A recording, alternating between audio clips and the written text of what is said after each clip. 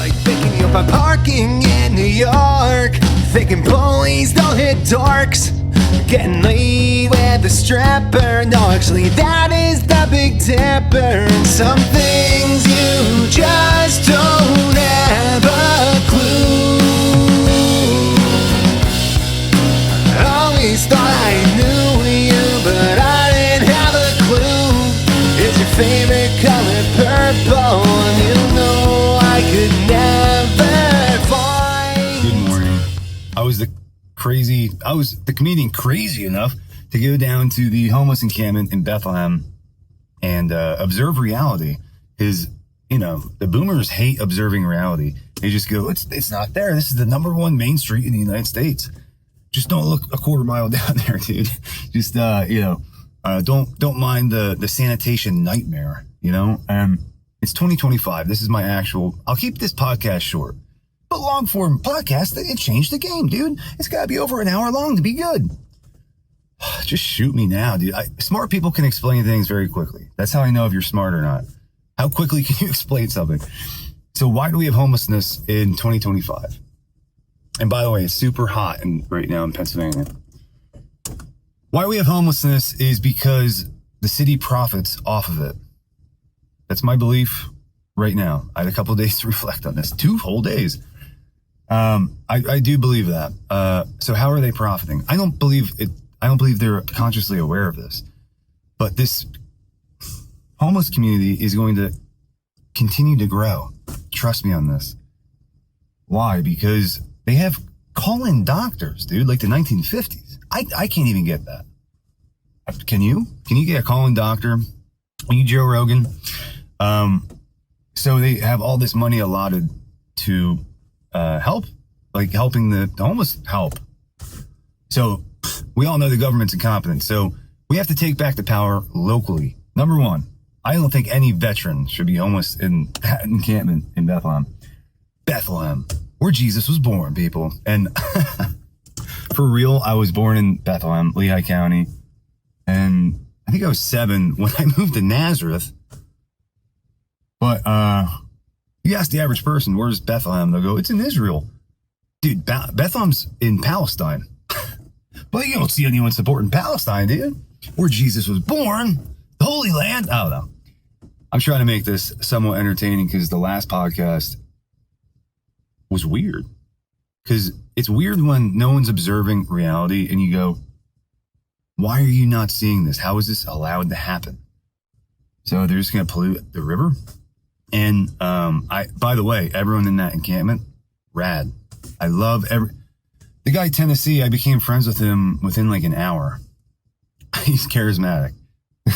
There's a lot of characters in there. I stopped a hatchet fight. For real. When's the last time you stopped a hatchet fight, dude? First time for me for that one. Okay, so how do we stop the homelessness crisis in Bethlehem? Let's just say locally. If there are any veterans in the Lehigh Valley that want to co-organize to just run this GoFundMe, we can get these guys real help. The government's incompetent. They're not doing a good job whatsoever. It's disease-ridden, crime-ridden. There's no citizen utilizing this public property, and I believe the railroad owns a majority of where people camp. And isn't that our money, right? Isn't that like? Shouldn't we have a say in the taxes? Why am I paying taxes? What are we doing? This is all stupid. And if you go, no, homelessness, it's always going to be there. Read the Bible. I don't believe that's true. I believe you can stop homeless. This is so easy. 2025, we should be mass producing everything we need for free. But what happened was the biggest wealth transfer in human history during COVID. And that allowed people to profit on homelessness. Why is this happening? Dude, there was one person who was homeless when I was 12. It wasn't 150 people camping. just pooping in bags, dude. And then, so they need a leach field, number one. They need to have some sort of septic control there, 100%. They need fresh water, like basic needs. Some people are, a veteran told me that he was walking over a mile to get fresh water. It's sad. And I didn't have time to process this whole experience until today.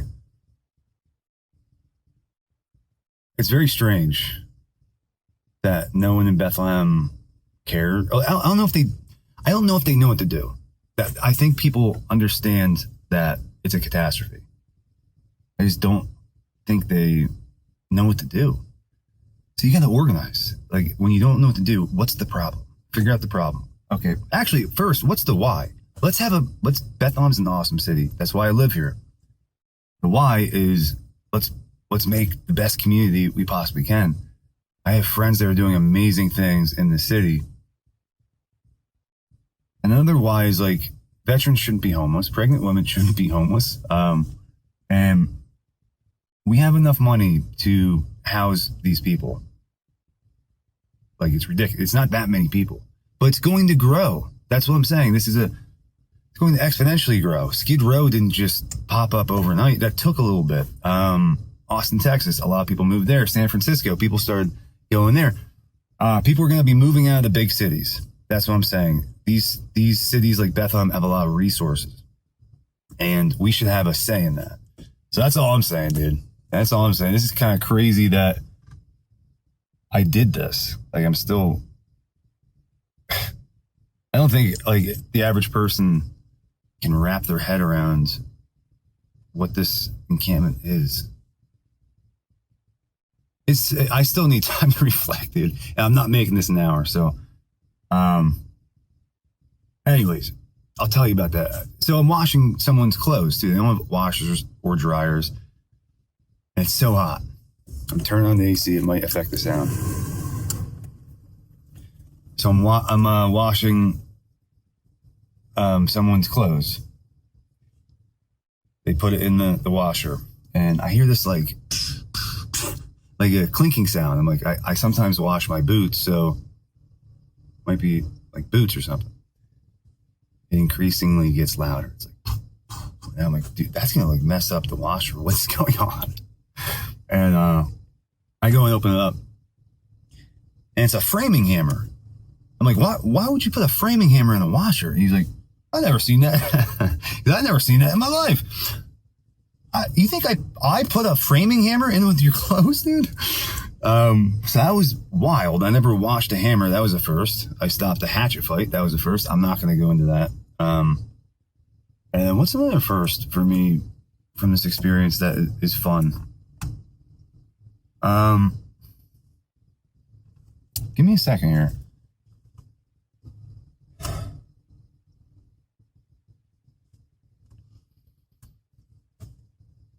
Okay, and then there's a dude who has the top notch, dude. He has the rig, bro.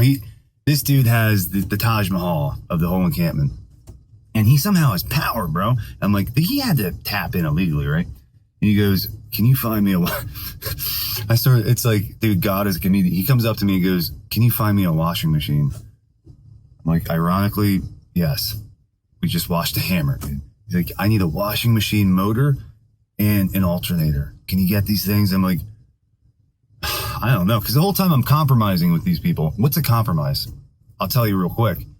It's what the politicians don't. What a compromise is I'm not entirely going to get everything I want, and you are not going to get everything you entirely want, but we're going to compromise.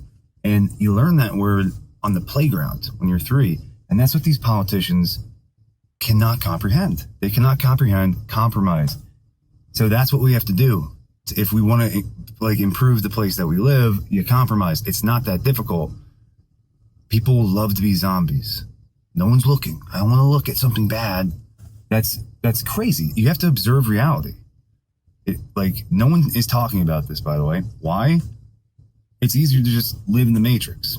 So back to the dude with the, I go, what are you going to do with a washing machine motor and an alternator. He's like, I'll power this entire place. So he's gonna, I go, is that just DC? Like, it's just gonna be a direct current? I don't understand. I know the motor and you're gonna create power. He's like, I guess he rigged something up and he already has power. Like, he has lights and refrigeration. It's kind of wild. But I don't think people should be living like this. Like, if you want to, cool, we should set up an agreed upon area where you don't affect the rest of the community. Does that not make sense? Am I not making sense? I don't know, dude. I'm a stupid comedian.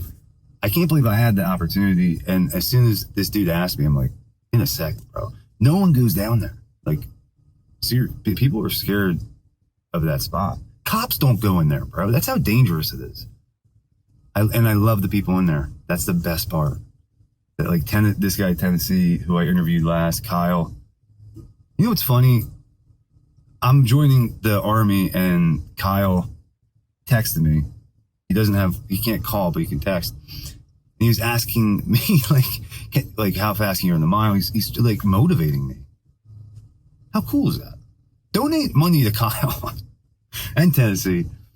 All the people in there, they really shouldn't be in there, man.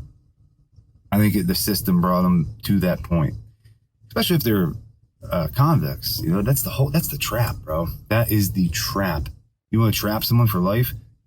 Take 2 bad parents will go to court and have some custody battle, and the court is so traumatic for the child, and the next thing you know, they're in juvie. Now their whole trajectory of their life gets changed in a blip. The court system is such a fraud. Almost as fraudulent as this homeless encampment. That's so obvious that they're profiting off of it. Well, you tell me why they have it. You know, I tried doing a census, and they don't have us. Obviously, it's like the illegal immigrants that came in our country. Who knows? There could be terrorists down there. You don't do a census in a homeless encampment.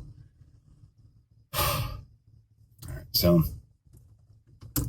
I hope people found that interesting, because if you were there with me, it was kind of exhilarating.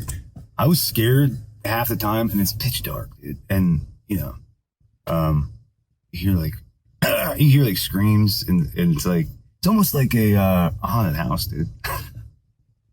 They should do hay rides. That's how we should get the everyone, like, at least in a hotel or something. We'll get a hay ride going, and we'll go through the 3.5 mile stretch along the Lehigh River, and we'll pay there'll be actors. And by the way, I'm an actor. I just play an interviewer on. I stayed at Holiday Inn Express last night, and none of this is real. Right? I'm not a doctor. I just play one on TV. I'm not a comedian. I just play one on TV. This is all a character I'm doing. I'm like that Shia LaBeouf dude. I go in deep. I go hard for my role, dude. This is almost pushing 15 minutes, and like I said, dude, long form podcast, dude, no more long form podcast. I just told you, I just solved houselessness in 14 minutes. Why are you speaking for 2 hours with another dude? Weird. Maybe I'm wrong about that. I could be wrong about this too. These are just my thoughts. After 2 days of reflection, imagine if someone smarter went to this encampment and talked to a few people. They'd figure it out in a heartbeat. So, peace out.